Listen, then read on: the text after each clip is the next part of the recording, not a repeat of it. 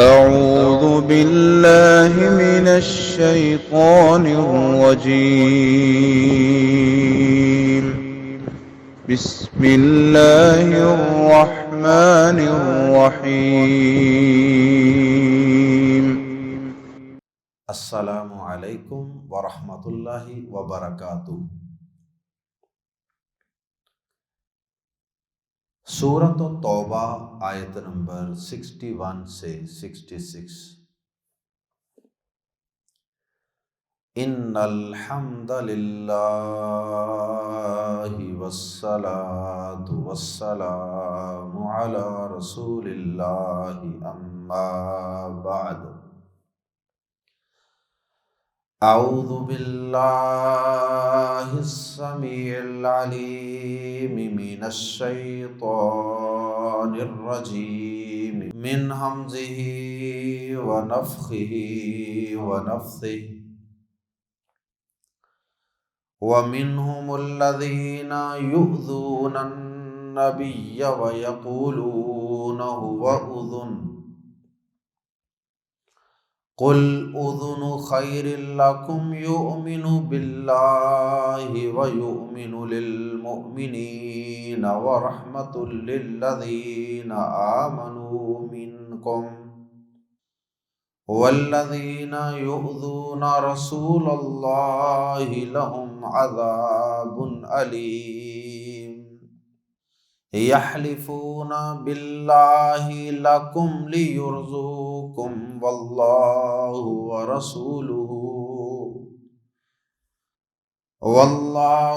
ورسولہ احق ان یرضوہ ان کانوا مؤمنین۔ الم یعلموا انہ من یحادد اللہ ورسولہ فان له نار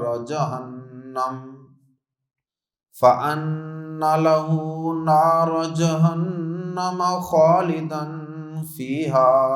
ذلک الخزی العظیم۔ یحذر المنافقون ان تنزل علیہم سورۃ تنبئہم بما فی قلوبہم قل استہزئوا ان اللہ مخرج ما تحذرون۔ وَلَئِن سَأَلْتَهُمْ لَيَقُولُنَّ إِنَّمَا كُنَّا نَخُوضُ وَنَلْعَبُ قُلْ أَبِاللَّهِ وَآيَاتِهِ وَرَسُولِهِ كُنْتُمْ تَسْتَهْزِئُونَ۔ لا تعتذروا قد كفرتم بعد ایمانکم ان نعف عن طائفة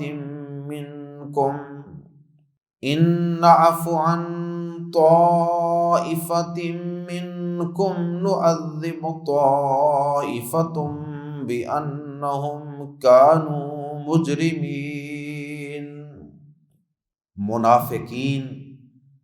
اللہ کے نبی صلی اللہ علیہ وسلم پر اور اللہ پر اور یوم آخرت پر چونکہ دل سے ایمان نہیں لائے تھے، یا اگر ان میں سے کچھ لوگ ایمان لائے بھی تھے تو ان کا ایمان شک اور تردد سے بھرپور تھا۔ اپنے ایمان کے متعلق، اللہ اور اس کے رسول صلی اللہ علیہ وسلم کے متعلق وہ ہمیشہ شک میں رہتے۔ اس نفاق، اس شک اور اس بیماری کی وجہ سے جو ان کے دلوں میں تھی، ان کے دل میں اللہ کے پیارے پیغمبر جناب محمد رسول اللہ صلی اللہ علیہ وسلم کا وہ مقام اور وہ مرتبہ نہیں بن سکا جو ایک بندہ مومن کے دل کے اندر اللہ کے نبی صلی اللہ علیہ وسلم کا ہوتا ہے اور ہونا چاہیے۔ اللہ کے نبی صلی اللہ علیہ وسلم کی محبت اور آپ کا ادب اور احترام یہ تو ہمارے ایمان کی اور ہمارے اسلام کی بنیاد ہوا کرتا ہے۔ چونکہ ان کے دلوں میں ایمان صحیح نہیں تھا،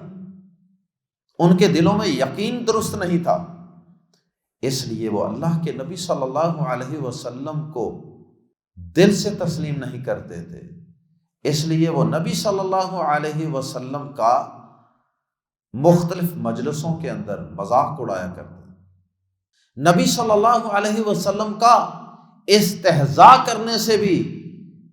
ان کو کسی قسم کی کوئی عار اور شرمندگی محسوس نہیں ہوتی تھی۔ مسلمانوں کا مذاق اڑاتے، اللہ کی کتاب کا مذاق اڑاتے، اللہ اور اس کے رسول صلی اللہ علیہ وسلم کا مذاق اڑاتے، اور پھر اپنی نجی مجلسوں کے اندر جب وہ کوئی بات کرتے اللہ کے رسول صلی اللہ علیہ وسلم کی ذات مبارک پہ، آپ کی اعلیٰ اور افضل ذات پہ جب وہ کسی قسم کی کوئی بکواس کرتے، اور اللہ پاک ان کی اس بات کو یا تو وحی کے ذریعے اور یا پھر ایمان والوں میں سے کسی کے ذریعے اگر نبی صلی اللہ علیہ وسلم تک پہنچا دیتا تو پھر ان سے پوچھا جاتا کہ تم نے یوں بات کی، تم نے اللہ کے رسول صلی اللہ علیہ وسلم کے متعلق یوں زبان درازی کی، تو وہ صاف ہی مکر جاتے، وہ کہتے نہیں حاشا و کلا، ایسی بات ہرگز نہیں ہے، ہم تو بس تھوڑی بہت دل لگی کی باتیں کر رہے تھے، ممکن ہے کہ وقت گزارنے کے لیے جو دل لگی کی باتیں ہم کر رہے تھے، کھیل کود کر رہے تھے، ممکن ہے کہ اس کے اندر کسی وقت کوئی ہم سے ایسی بات تھوڑی بہت ہو گئی ہو، ورنہ ہم تو ایسی بات کرنے کا سوچ بھی نہیں سکتے۔ یعنی وہ اپنی کی ہوئی اور اپنی کہی ہوئی باتوں سے صاف مکر جاتے، تو مختلف قسم کی باتیں کر کر کے وہ ظالم منافق اللہ کے نبی صلی اللہ علیہ وسلم کو ایذا پہنچاتے۔ صاف سی بات ہے، جب نبی صلی اللہ علیہ وسلم کو یہ خبر پہنچتی وحی کے ذریعے یا کسی مسلمان کے ذریعے، تو آپ کے لیے یہ بات بڑی تکلیف دہ ہوتی تھی کہ یہ ایمان کا دعویٰ کرنے والا میرا امتی، اور یہ میرے ہی متعلق زبان درازی کرتا ہے، عیب زنی کرتا ہے اور مذاق اڑاتا ہے۔ آپ کے لیے یقیناً یہ بات بڑی تکلیف دہ ہوا کرتی، آپ کو اس سے ایذا پہنچتی تھی، لیکن آپ صبر کیا کرتے تھے۔ آپ کے اندر اللہ پاک نے بہت زیادہ حلم اور تحمل اور برداشت رکھی تھی۔ اللہ اکبر۔ اور پھر جب یہ اپنی نجی مجلسوں کے اندر، اپنی پرائیویٹ سیٹنگز کے اندر، اپنی خاص مجلسوں کے اندر جب یہ بکواس کرتے، جب یہ زبان درازی کرتے، تو یہ اپنے بوجھ ہلکے کرتے، جو دلوں کے اندر بغض ہوتا تھا، وہ جب ایک دوسرے سے اس طرح کی بکواس کرتے، اس طرح کی باتیں کرتے، تو وہ یہ سمجھتے کہ ہمارے اندر کا بوجھ ہلکا ہو رہا ہے۔ وہ جو اسلام کے خلاف ایک کینہ تھا، بغض تھا، بغض اور دشمنی بری ہوئی تھی، وہ سمجھتے کہ اس سے وہ کچھ ہلکی ہوتی ہے۔ اس لیے یہ چیز، یہ باتیں کرنا، یہ ان کی ایک ضرورت بن چکی تھی، یہ ان کی ایک طبیعت کا حصہ بن چکا تھا، اس کے بغیر وہ رہ بھی نہیں پاتے تھے۔ لیکن ساتھ ساتھ وہ اس بات سے ڈرتے بھی تھے کہ کہیں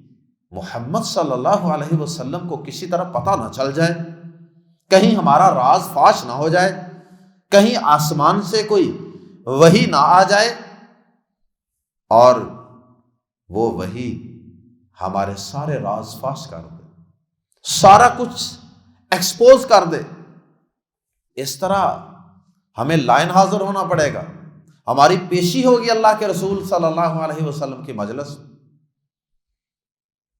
تو اس قسم کی باتوں کا آیات زیر تفسیر کے اندر تذکرہ ہے، اور اس طرح کی ان کی گندی عادتوں کا اور ان کی بری خصلتوں کا تذکرہ ہے آیات زیر تفسیر میں۔ اور اس کے علاوہ بھی منافقین کے متعلق اللہ پاک نے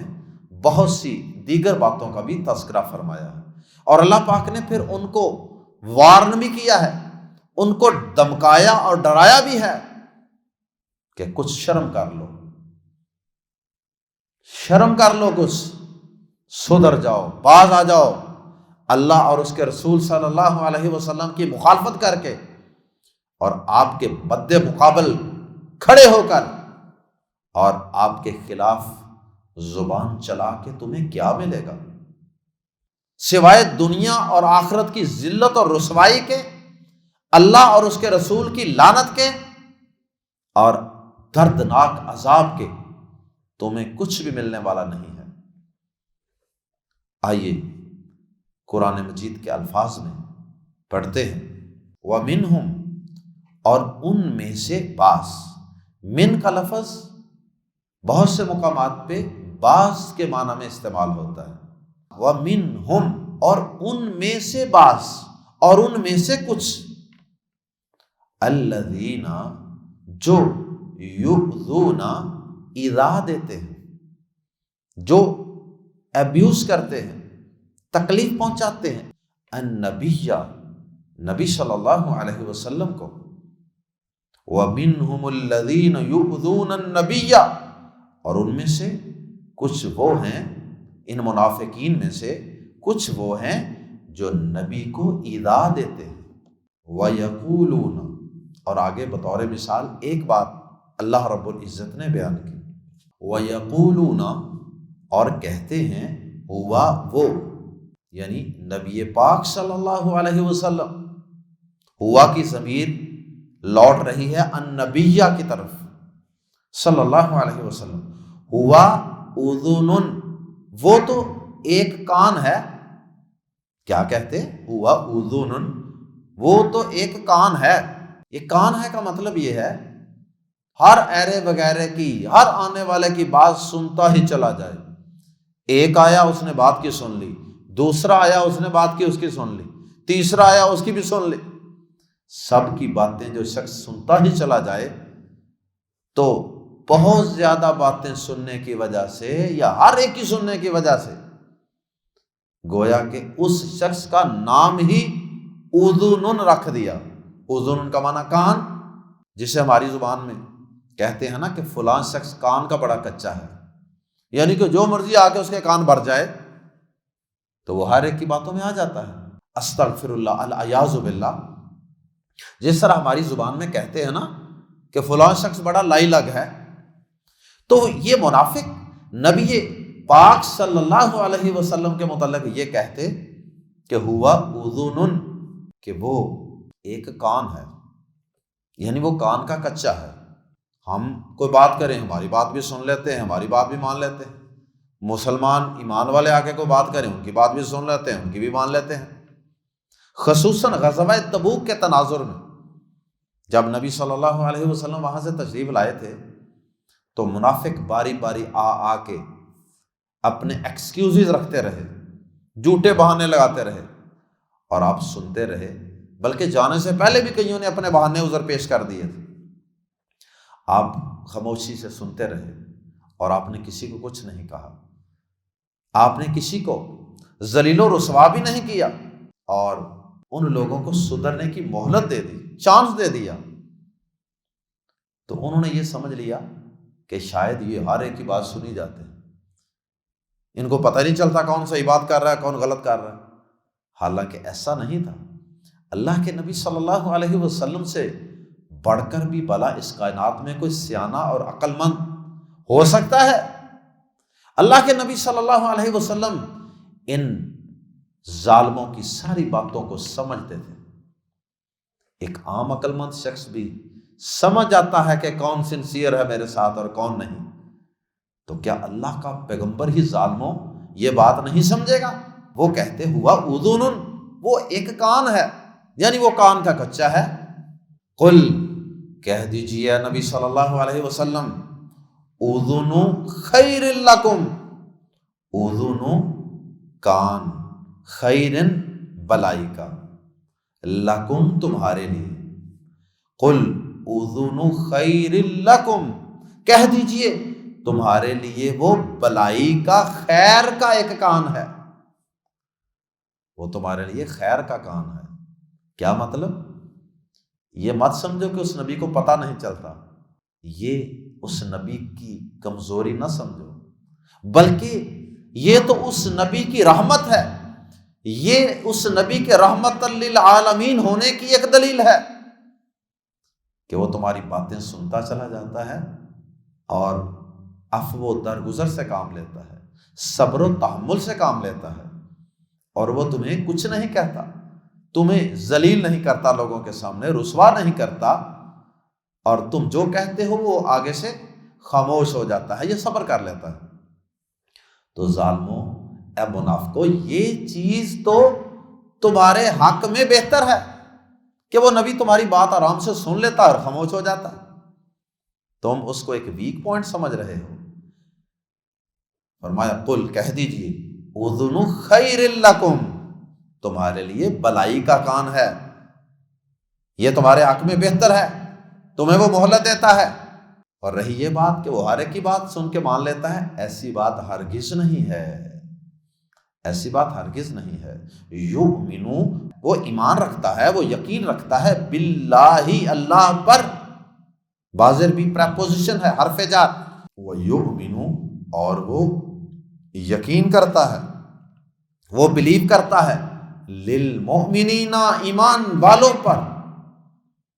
وہ اللہ پر یقین کرتا ہے اور وہ ایمان والوں کی بات پر اعتماد کرتا ہے، یقین کرتا ہے۔ جو پکے اور مخلص مومن ہے نا، یہ نبی ان کی بات پر صحیح معنوں میں یقین کرتا ہے۔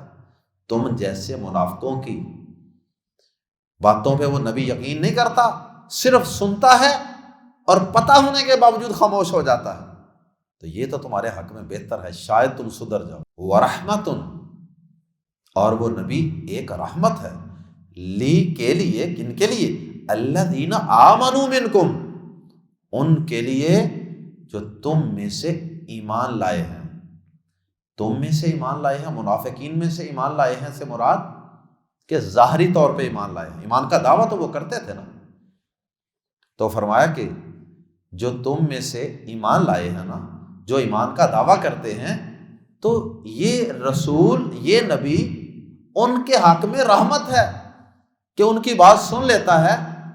جن کے دلوں کے اندر ایمان ہے ہی کوئی نہیں، اوپر سے وہ ایمان کا دعویٰ کر رہے ہیں، تو یہ نبی، یہ رسول ان کی باتوں کو ایکسپوز نہیں کرتا اور پردہ ڈالے رکھتا ہے، مہلت دے دیتا ہے، عفو و درگزر سے کام لیتا ہے۔ تو یہ تو اس نبی کی رحمت کا پہلو ہے، یہ تو اس نبی کی رحم دلی ہے، جسے ظالموں تم ویک پوائنٹ بنا کے پیش کر رہے ہو، جس کا تم مذاق اڑا رہے ہو۔ اذن خیر لکم کا بھی یہی معنی ہے، اور رحمت للذین آمنوا منکم کا بھی تقریباً یہی معنی ہے کہ وہ تم میں سے ایمان کا دعویٰ کرنے والوں کے لیے رحمت ہی ثابت ہو رہا ہے۔ وہ تو پھر اللہ پاک ہے نا، اس کی مرضی ہے، وہ خالق ہے، وہ تمہارے راز پھر وہی نازل فرما کے راز تمہارے فاش کر دیتا ہے۔ تو اب وہ وہی تو رسول نے لوگوں تک پہنچانی ہوتی ہے نا، تو وہ پھر جب رسول لوگوں تک اللہ کا پیغام پہنچاتا ہے تو پھر وہ راز فاش ہوتے ہیں۔ جب تک آسمان سے وحی نہیں آتی، یہ رسول تمہارا اتنا ہمدرد اور خیر خواہ ہے، یہ تمہارے راز فاش نہیں کرتا۔ یہ مطلب ہے کہ وَرَحْمَةٌ لِّلَّذِينَ آمَنُوا مِنْكُمْ، اور ان کے لیے ایک رحمت ہے جو تم میں سے ایمان لائے ہیں۔ اور آخر میں وعید ہے، وَالَّذِينَ، اور جو لوگ یؤذون، ایذا دیتے ہیں، گالی دیتے ہیں بھی اس کا ترجمہ ہو سکتا ہے، گالی دیتے ہیں، ایذا دیتے ہیں، تکلیف پہنچاتے ہیں، رسول اللہ، اللہ کے رسول صلی اللہ علیہ وسلم کو۔ یہ جو بکواس وہ کرتے تھے،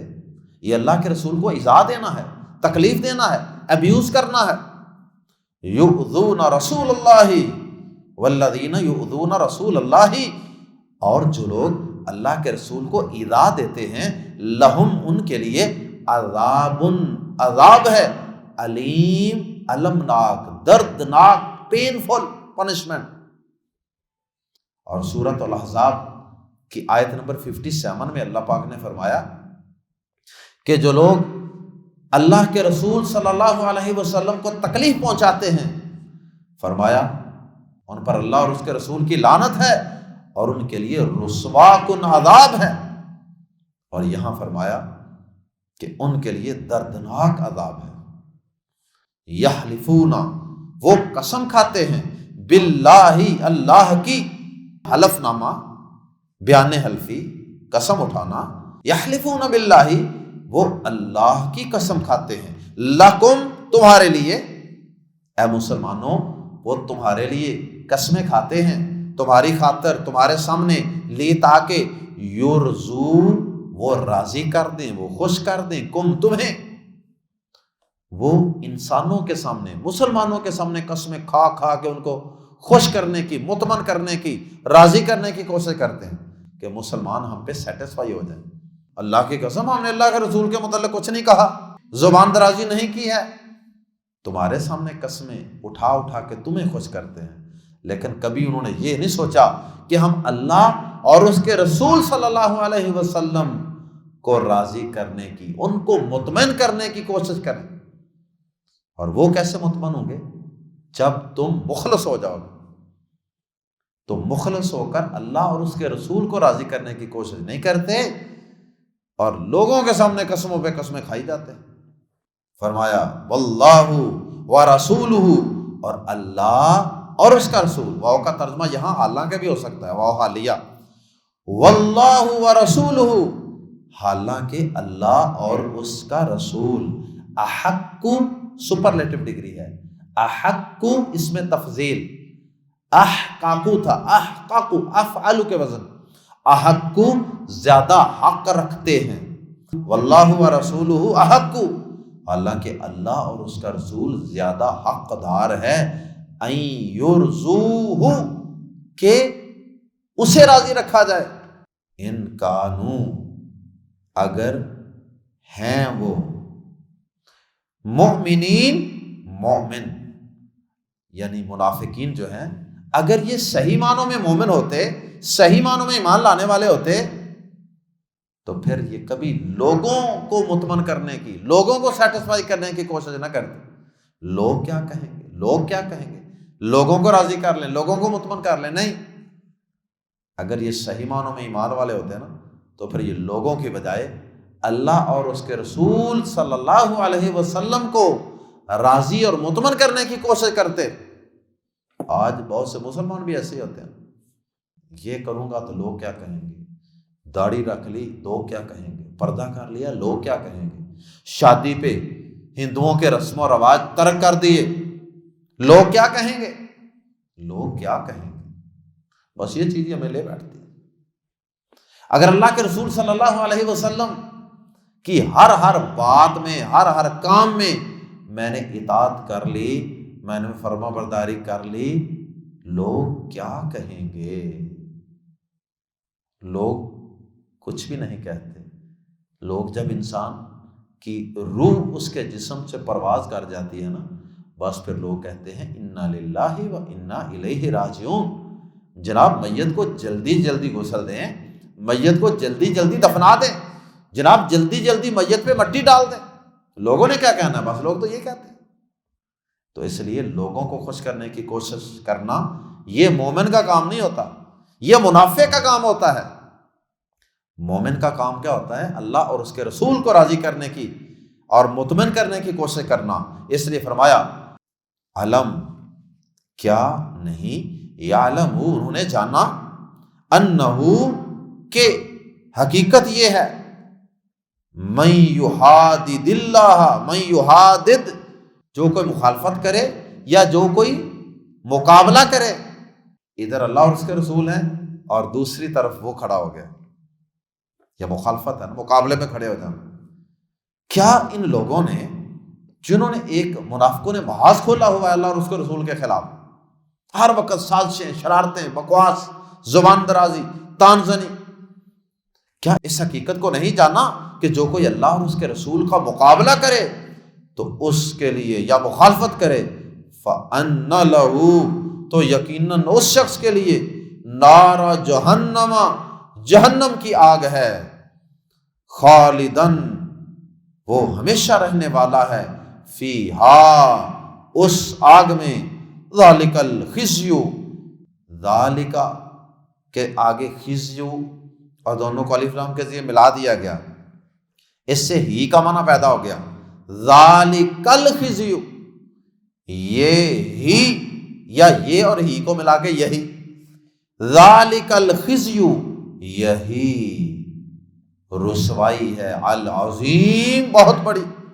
ذالک الخزی العظیم یہی بہت بڑی رسوائی ہے۔ یحذر ڈرتے ہیں، المنافقون منافق، ان تنزل کہ اتاری جائے، علیہم ان پر، سورتن کوئی سورت، تنزل فعل مجہول ہے پیسو وائس، تنزل اتاری جائے، علیہم ان پر، سورتن کوئی سورت، کوئی ایسی سورت، تنبئ جو بتا دے، جو آگاہ کر دے، نبی اسی سے ہے، سورت النبا خبر آگاہی، سورتن کوئی ایسی سورت، تنبئ جو بتا دے، ہم انہیں بتا دے، ہم سے مراد منافق بھی ہو سکتے ہیں اور ایمان والے، تنبئہم جو بتا دے انہیں، بازر بھی کے متعلق، ما جو فی قلوبہم ان کے دلوں میں، یہ منافق نجی مجلسوں میں باتیں تو کرتے ہیں اللہ اور اس کے رسول کے خلاف، دین کے خلاف، قرآن کے خلاف، ایمان والوں کے خلاف، لیکن یہ اس بات سے بھی ڈرتے ہیں، تھوڑا تھوڑا ڈر ان کے دلوں میں یہ بھی ہوتا ہے کہ کہیں کوئی ایسی صورت نہ اتر جائے جو ہماری سارے رازوں کو فاش کر دے اور ہمیں اس طرح ذلیل و رسوا کر دے، اور اللہ پاک نے واقعی ایسا کیا اور ان کے راز فاش ہوئے اور یہ ذلیل و رسوا ہوئے، اور وہ سورۃ توبہ کی انہی آیات کے ذریعے سے ہوئے جو ہم پڑھ رہے ہیں اور آگے پڑھیں گے انشاءاللہ۔ اسی وجہ سے اس سورت کو، سورۃ توبہ کو سورۃ الفاضحہ بھی کہتے ہیں، یعنی ذلیل و رسوا کر دینے والی سورت۔ تو اس نے واقعی منافقین کو اور کافروں کو ذلیل و رسوا کر دیا، ان کی ایک ایک چیز سے پردہ اٹھا دیا اللہ پاک نے۔ اللہ اکبر۔ قل استہزئوا کہہ دیجئے کہ تم مذاق اڑا لو جتنا مذاق اڑانا ہے، یہ بطور طنز کہا جا رہا ہے۔ ان اللہ بے شک اللہ مخرج نکال دینے والا ہے، یعنی نکال کر ظاہر کر دینے والا ہے، ما جو تحذرون تم ڈرتے ہو، بے شک اللہ تعالیٰ ان باتوں کو نکال باہر کرنے والا ہے، نکال کر ظاہر کر دینے والا ہے جن باتوں کے ظاہر ہونے سے تم ڈرتے ہو، یہ تمہارا ڈر صحیح ہے۔ والا ان واو اور لام زبر لا، بلا شبہ، ان اگر، سألتا تو پوچھے، آپ سوال کریں، ہم ان سے، لَيَقُولُنَّ سوال کیا کریں کہ بھائی بتاؤ، ادھر آؤ نا ذرا، تم نے یہ بات کی تھی، یہ بکواس کی تھی۔ وَلَئِن سَأَلْتَهُمْ اور بلا شبہ اگر تو سوال کرے ان سے، اگر تو پوچھے ان سے، لَيَقُولُنَّ شروع میں لام زبر لا اور آخر میں نون مشدد، دو دفعہ یقین کا اور تاکید کا معنی پیدا ہو گیا، لَيَقُولُنَّ تو وہ ضرور ہی کہیں گے، انما بے شک ہم تو، کنا تھے ہم، نخوض ہم تو صرف شغل کی بات کر رہے تھے، وَنَلْعَبْ اور دل لگی کر رہے تھے اور کھیل رہے تھے یا دل لگی کر رہے تھے۔ اللہ اکبر۔ قل کہہ دیجیے یا نبی صلی اللہ علیہ وسلم، ان کو کہہ دیجیے ظالموں کو، کیا، باللہ اللہ کے ساتھ، وآیاتہ اور اس کی آیات کے ساتھ، ورسولہ اور اس کے رسول ہی کے ساتھ، کنتم ہو تم، تستہزئون مذاق کرنے والے، کیا ان سے کہہ دیجئے، کیا تمہیں مذاق کرنے کے لیے، دل لگی کے لیے،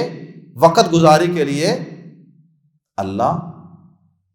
اور اس کا رسول اور اللہ کی آیات، اللہ کی کتاب، اللہ کا دین ہی ملے تھے؟ اگر تم نے شغل مذاق لگانا تھا، دل لگی کرنی تھی، ظالموں کسی اور چیز میں کر لیتے۔ تم نے مذاق اڑایا تو اللہ کی آیات کا مذاق اڑایا، اللہ کے رسول کا مذاق اڑایا۔ بدقسمتی سے ہمارے بہت سے مسلمان بھائی بھی دل لگی کے لیے لطیفے، جوکس وغیرہ سناتے ہیں، فرشتوں کے متعلق، جنت جہنم کے متعلق، قبر کے متعلق۔ افسوس کی بات ہے کہ ہم مسلمان بھی وہی کام کرتے ہیں جو منافقین کرتے رہے۔ یاد رکھیں کہ اللہ اور اس کے رسول اور دین کا مذاق مومن نہیں کر سکتا۔ یہ کام کرنے والا، مذاق اڑانے والا منافق ہوتا ہے یا کافر ہوتا ہے؟ سنیے آخری آیت، لا تعتذروا، بہانے مت بناؤ، عذر بہانہ۔ آگے پھر وہ ایکسکیوزز پیش کرتے تھے نا، بہانے، کہتے تھے نہیں جی وہ ہم نے تو دل لگی کی تھی، ہم تو ویسے ہی بائی دی وے بات کر رہے تھے، میں نے تو وہ صرف جسٹ مذاق میں ایسی بات کہی تھی، میرا اور کوئی ایسا ویسا مقصد نہیں تھا۔ تو اللہ کے نبی صلی اللہ علیہ وسلم پھر انہیں کیا کہتے؟ آپ فرماتے لا تعتذروا، بہانے مت بناؤ، قد کفرتم، بلا شبہ تم نے کفر کیا، بعد ایمانکم، اپنے ایمان لانے کے بعد۔ ایمان کا دعویٰ تو تم نے کر لیا، لیکن اس ایمان کے دعوے کے بعد تم نے اللہ، اس کی کتاب، اس کی آیات، اس کے رسول کا مذاق اڑا کے کافر بن چکے ہو۔ اندازہ کریں کتنا بڑا گناہ ہے یہ، دین کے ساتھ دل لگی کرنا۔ ان نعفو، آخر میں اللہ پاک نے ان کو وارن بھی کیا ہے، دھمکی بھی دی ہے، ڈرایا بھی ہے عذاب سے، اور ساتھ ہی ساتھ قربان جائیں اللہ کی رحمت پہ، اس کی رحمانیت اور رحیمیت پہ، ساتھ ہی ساتھ اللہ پاک نے ان منافقین کے لیے توبہ کا بھی ایک ہلکا سا راستہ دکھا دیا۔ فرمایا ان اگر نعفو، ہم معاف کر دیں، عفو ہوتا ہے نا معافی، یا عفو وہ معاف کر دے، تعفو تو معاف کر دے، نعفو ہم معاف کر دیں، اعفو میں معاف کر دوں۔ ان نعفو، اگر ہم معاف کر دیں، عن طائفۃ، ایک گروہ سے، اگر ہم ایک گروہ سے درگزر کر دیں، اگر ہم ایک گروہ کو معاف کر دیں، منکم، تم میں سے، نعذب، تو ہم عذاب دیں گے، طائفۃ، ایک گروہ کو، بِأَنَّهُمْ، اس وجہ سے کہ یقیناً وہ کانو تھے، مجرمین، مجرم۔ اس میں اشارہ ہے کہ اگر تم میں سے ہو سکتا ہے کہ ایک گروہ، یعنی چند لوگ، کچھ لوگ وہ سدھر ہی جائیں، وہ مخلص مسلمان بن ہی جائیں، تو چلو مان لیا کہ سپوز کہ کچھ لوگ تم میں سے مخلص ایمان والے بن گئے، انہیں تو ہم معاف کر دیں گے پچھلی غلطیاں، تو جو باقی بچنے والے ہیں ان کا کیا بنے؟ ان کو تو پھر ہم عذاب دیں گے کیونکہ وہ مجرم لوگ ہیں۔ تو اللہ پاک نے تھوڑا سا اشارہ کر دیا کہ اگر تم میں سے کچھ لوگ معافی مانگ کے مخلص مسلمان بن جائیں تو ہم انہیں درگزر کر دیں گے، لیکن دوسرے جو معافی نہیں مانگیں گے، جو اپنی اصلاح نہیں کریں گے،